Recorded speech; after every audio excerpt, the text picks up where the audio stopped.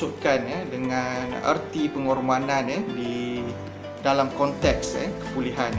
Okey, di sini kalau kita merujuk kepada surah Ar-Ra'd ayat 11, Allah Subhanahu Wa Taala telah berfirman bahawa sesungguhnya aku tidak akan merubah apa yang berlaku terhadap sesuatu kaum itu sehinggalah kaum tersebut merubah sendiri apa yang berlaku pada diri mereka. Okey, di sini jelas mengatakan bahawa jika kita ingin merubah nasib hidup kita, kita sendirilah yang perlu berusaha ke arah itu. Jadi dalam konteks kepulihan pun sama juga. Kalau kita nak berubah daripada kancah penagihan kepada kehidupan normal, pertama-tama sekali kita kena ubahlah hidup kita. Kita kena ubah diri kita sendiri sebenarnya. Kita kena ubah keluarga kita, kita kena ubah juga persekitaran hidup kita sebenarnya.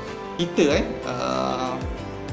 berada di dalam satu situasi ataupun di dalam persekitaran yang berisiko. Contohnya kat sini bekalan dadah mudah didapati, pengaruh rakan sebaya yang kuat yang mengajak kita ke arah yang tidak baik tersebut. Diri kita sendiri sebenarnya kita kena ubah.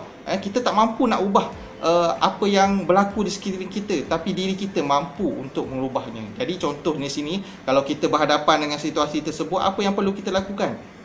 Kita sendiri perlu berpindah ataupun berhijrah ke lokasi baru lah. Sebab kita tak mampu sebab dadah tersebut memang ada di kawasan tersebut dan juga kawan-kawan kita memang ada di situ. Jadi kita, apa yang perlu kita buat ialah kita sendiri perlu berhijrah ke satu tempat yang lain supaya kita dapat memulakan kehidupan yang baru. Okey, itu salah satu contoh lah. Contoh dalam diri kita, apa yang berlaku pada diri kita. Contoh kalau hubungan kita dengan keluarga tak elok sebelum ni, kita sendiri kena baiki. Kita jangan mengharapkan keluarga memahami kita. Kita sendiri yang perlu berubah ke arah tersebut. Contoh kita perlulah meminta maaf terlebih dahulu pada keluarga kita, meminta maaf supaya kita baiki balik hubungan kita dengan keluarga kita, dengan jiran kita, adik-beradik kita, tak kisahlah dengan siapa-siapa yang pernah kita lukakan perasaan mereka semasa kita dalam keadaan tidak sedar, semasa dalam tempoh penagihan tersebut. Okey, jadi di sini jelas mengatakan bahawa untuk kita melakukan sesuatu perubahan dalam diri kita, kita perlulah berkorban at least terhadap diri kita lah, berkorban terhadap diri kita untuk kita capai kepulihan tersebut, insya-Allah.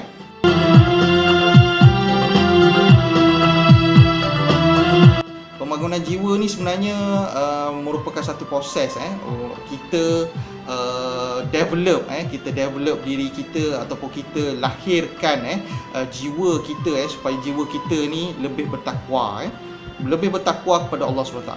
Okey, kerana saya percaya jiwa yang bertakwa ini dia akan menghasilkan emosi, dia akan menghasilkan emosi yang positif, emosi yang lebih stabil kita panggil. Kerana emosi yang stabil tu kalau kita lihat dia akan memberikan kesan yang lebih positif lah, terutama sekali dalam fungsi akal kita lah. Kerana kalau kita lihat jika kita dalam keadaan kita panggil di kancah penagihan tersebut, fungsi akal kita sebenarnya kita dah dikawal oleh substan tu sendiri. Jadi sukar untuk kita menilai sesuatu yang baik dan juga sesuatu yang buruk. Pembangunan pemikiran ni sangat penting tuan-tuan dan puan-puan. Selepas kita membangunkan jiwa kita yang bertakwa tersebut, kita kena latih pemikiran kita supaya kita sentiasa alert dengan persekitaran kita. Kita kena alert dengan kita punya emosi kita, tuan-tuan dan puan-puan. Emosi sebenarnya emosi yang negatif ni seperti contoh marah, sedih, even terlalu gembira pun tidak boleh, tuan-tuan dan puan-puan. Jadi kita kena melatih diri kita untuk mengatakan tidak pada sesuatu perkara lah. Contoh kalau kita terlalu marah, kita kena fikir balik kenapa kita marah tersebut. Kita kena cari punca kenapa kita marah supaya kita dapat melatih diri kita untuk sentiasa bersabar dalam setiap perkara yang akhirnya akan menjurus kepada emosi ataupun yang lebih stabil, insya-Allah.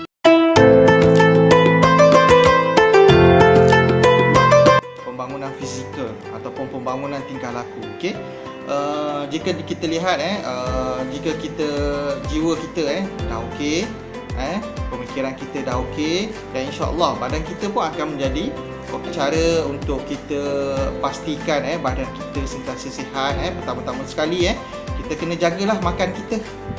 Kita kena amalkan gaya hidup yang sihat, tak merokok, pastikan sumber makanan yang kita makan tu daripada sumber yang halal, insya-Allah. Rehat yang cukup pun memainkan peranan yang penting dalam kita nak pastikan tubuh badan kita sihat. Jika diperuntukkan 8 jam untuk kita rehat, rehatlah selama 8 jam, tidurlah dalam 8 jam tersebut. InsyaAllah jika kita dapat memastikan badan kita sihat, insyaAllah kita akan dapat meneruskan keperjalanan kita. Jadi itulah 3 perkara ataupun 3 pembangunan yang perlu kita lakukan untuk kita pastikan kepulihan kita ni sentiasa on track lah, insyaAllah.